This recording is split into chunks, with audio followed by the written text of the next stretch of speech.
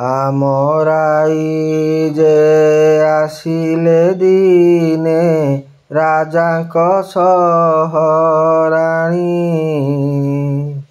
ପ୍ରଜା କହିଲେ ରାଜା ରାଣୀକୁ ଯିବେ ବନ୍ଦେଇ ଆଣି।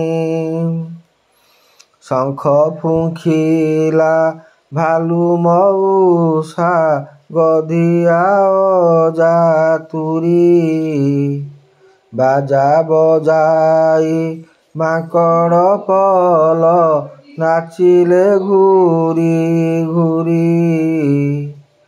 କହିଲେ ରାଜା ସାରା ରାଇ ଯେ ଚାହାଳି ଅଛୁ ଗଢ଼ି। ବୁଲି ପିଲାଙ୍କ ପାଠ ଦେଖୁଛୁ ଛବି ବହିକୁ ପଢ଼ି। ଗୋଟିଏ ପରେ ଗୋଟିଏ ପୃଷ୍ଠା ପଢ଼ିଲେ ବେଙ୍ଗରଜା। କହିଲେ ରାଣୀ ଏଥିରେ ଅଛି କଥା କାହାଣୀ ମଜା। ଆମ ଦୁହିଁଙ୍କ ବାହା ବେଳର ଭୋଜି ଭାତର କଥା।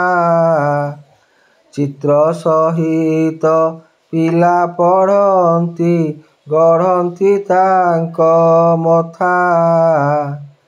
ପୁଣି ପଢ଼ନ୍ତି ଭକ୍ତ କବିଙ୍କ ବର୍ଣ୍ଣବୋଧଟି ଜାଣ।